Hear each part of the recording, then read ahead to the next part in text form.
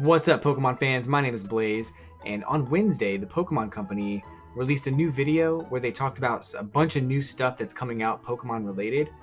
They talked about Pokemon Snap and Pokemon Smile and a few other games as well. And they also said this.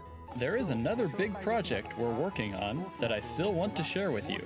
So today I thought it'd be really fun to go ahead and talk about and speculate and think about what a big project Pokemon Company could be working on that would require its own video on the 27th. So let's go ahead and get started.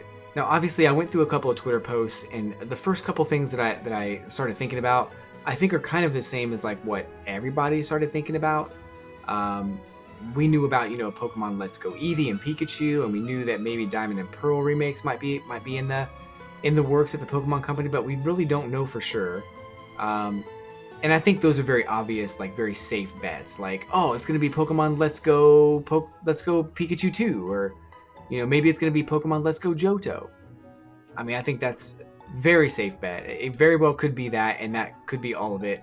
But I think that there could be more to it than that, and I would love to see something different, because as much as Pokemon Let's Go Johto would be cool, I don't know if I could say that it's going to be big and warrant its own video.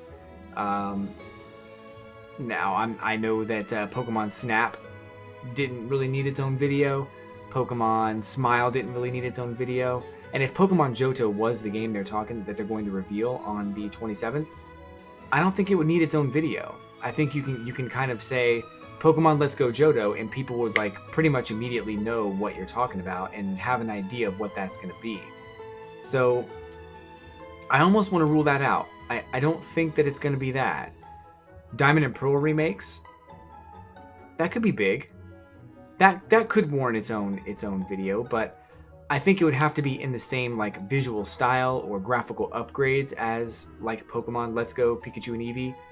When you look back at Pokemon Red and Blue, those games were graphically very primitive, but the update in Pokemon Let's Go Pikachu and Eevee was phenomenal. One of the most beautiful graphical upgrades that I can remember in recent times, and I think they did a wonderful job bringing that game to life and keeping it true to what we all kind of imagined Kanto would look like in a 3D world. But is it Diamond and Pearl? And is it going to be like a full 3D version of Diamond and Pearl? And I think that could be big. That certainly could be big, because Diamond and Pearl were Gen 4, and I think people are kind of crazy about Gen 4 right now. For many of you, it was your first Pokemon game. And for me, it was like my fourth. I guess it was, yeah, obviously it was my fourth Pokemon generation, duh. But at the same time, I remember playing it, and I remember just falling in love with the environments and the music and the characters, and just the way that everything looked, and it was so visually stylistic, and everything fit with the theme. And I kind of imagine what that would look like in a full 3D world and a full 3D environment, and how cool that would be. I question now, is that big news? Because even then, if you say, Generation 4 is going to be remade, Diamond and Pearl are going to get their own, remakes on the Nintendo Switch, I think you kind of have an understanding of what that's going to look like and what that's going to be without really even needing to see the game. You know what it's going to be. And of course we want to see a trailer. Of course we want to see some new stuff. But Diamond and Pearl have not necessarily... I mean, they've been out for a while. So if you say that it's going to be a Diamond and Pearl remake, that's great. But I mean, those of us who played those games know exactly what to expect. So is it fair to say that Diamond and Pearl are going to require their own video? That's a good question, and I think it's one worth talking about. But I started to think, kind of about some other things. But before I got to other ideas, I thought, well, maybe they're going to combine them. Maybe they're going to skip Johto, because if you do like a Pokemon Let's Go Johto, you kind of have to include Kanto in that game, because that's what Generation 2 did, was it let you go back to experience Kanto again. So I'm sure that's possible with the cartridge limitations. I don't think there's any limitation on that being able to fit all those environments together. I think it'd be pretty easy, and especially if you don't have all 800 Pokemon. If you only have 250 Pokemon, then I think that's very easily done. I'm not sure if that's feasible as far as being able to make Let's Go Johto, and then also we have to include Kanto. I feel like we just experienced Kanto. Kanto's being remade 9 times now, 8, 9 times, something like that. So we really don't need to see it again. And again, if you say Let's Go Johto, people know what it is. But even if you skipped Johto and said Let's Go Sinnoh, people know what that is. People are going to have an idea of what that is. So you don't really need to have an 11-minute video, 12-minute video on those games, because there's not really going to be anything super new about them. I started thinking, what else could it be? It could be Pokemon Ranger, I suppose. It could be Pokemon Mystery Dungeon, which we just got a remake for that. I don't think it's going to be Mystery Dungeon because I think that it's too soon after the last one. I will say that I do think it's going to be a game in the mainline Pokemon universe. I think it's not going to be Gen 9, but I think it will certainly be a game in the mainline Pokemon universe. And I think that we're going to see it, and it's going to be pretty amazing. So I talk about this a lot on my channel. In one of my previous videos, I talked about the future of gaming and what that's going to mean for Nintendo games. And I started thinking, earlier today, I wonder if like Pokemon Sword and Shield were kind of a necessary evil to get to where they wanted to go with Pokemon. And so a long time ago, I started thinking about a game, a Pokemon game, and what I would do if I made the next Pokemon.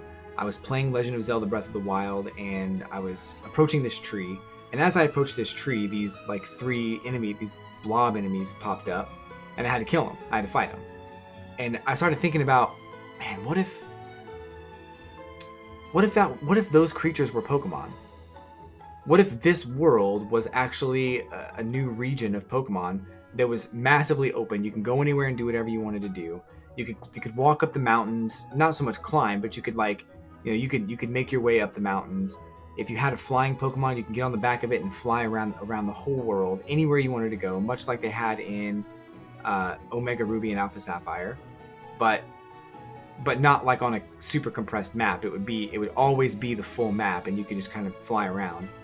I thought about how that would work as far as like getting 8 gym badges. I thought about how that would work as far as linear progression, and I think there are so many answers to those questions and those problems that might come up in a game like that I think it's so easy to think that that's the direction Pokemon is wanting to go. And I almost feel like Pokemon Sword and Shield were kind of a necessary evil to kind of push us in that direction. And I feel like Pokemon Sword and Shield in some ways were a bit lacking when they first came out. I know a lot of people complained about the lack of the full national Pokedex, or being able to import all of your Pokemon into Pokemon Sword and Shield. And I don't disagree. I think that's a very astute observation about Pokemon Sword and Shield. That is something that definitely is it could have been better, absolutely. I also thought the story was a bit lacking too. I didn't really feel like there was anything different or special or revolutionary about the story. In fact, most of the time going through the story, I felt like things were happening in the world, and the Leon and the champion basically was just saying, "Don't worry about this, kid. Go get your badges so you can be the champion, and I'll take care of this." But in previous games, you were the one that took care of this. So I felt like the story was a bit lacking as well. And, I felt like the game introduced the wild areas as like a stepping stone into where they eventually wanted to go. And is that going to be a massively open environment? A couple questions get brought up when you think about that. Is that realistic? Has the development team had enough time to do that? Because it's going to take a lot of time to make something like that. And I don't think that Pokemon Sword and Shield were slapped together, but I mean, there's a lot of glitches in the games that they've had to either patch out or they haven't patched out, depending on what glitch you're looking at and what the date is that you're watching this video. But and you might think to yourself, well, if they have this massively open world, how do they get you to go from one place to another? Well, World of Warcraft accomplished this in a very, very unique way. They actually made it so that different areas had bosses and enemies that were of different levels. So if you had your level 5 Charmander, your level 5 Scorbunny or whatever, and you went into one of these high level areas, all of the Pokemon there would be level 20, level 25, and as you approach the area, a thing would come up and say, Whispering Wield or something, and it would tell you what level you should be before you're in here, and it would warn you before you get into a Pokemon battle. I think that's a really cool way to do it. I don't think that they would include anything like climbing, like in Breath of the Wild. Climbing was a bit overpowered, but imagine, seeing a mountaintop with, with paths that go up this particular way into a city. You'd still have to go up that path into that mountain area, and you'd still have to follow the path. You couldn't just climb over the mountain like you could in Breath of the Wild. Now, once you unlock the fly ability, then you certainly could. You certainly could go anywhere and do whatever you wanted. But I think up until the point where you get that, there are going to be limitations as far as like where you can go based on what level you are, based on what gym badges you have, and things like that. And I think, to me, it makes perfect sense. Mix it with like World of Warcraft, level progression, but also have the ability to kind of choose where you wanted to go, when you wanted to go there. And the natural environment of mountains and cliffs and rivers can really halt your progression. If you can't jump over this river, then you can't go that way, because you'll need to go find a gym leader and beat them so you can actually get the surf ability or something along those lines.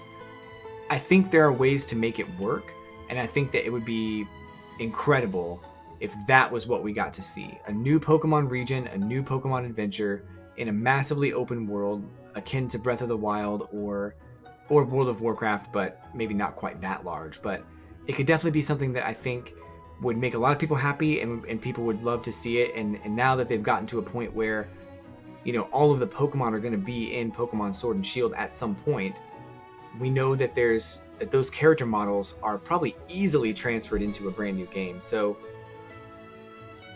I truly believe it's not going to be something as simple as Let's Go Johto or something as simple as Diamond and Pearl remakes, but it could be something else entirely. And after I said all this, after I just now mentioned, Pokemon mixed with World of Warcraft, it never crossed my mind that there would be an MMO based on Pokemon. But what if that is it? What if that's where we go?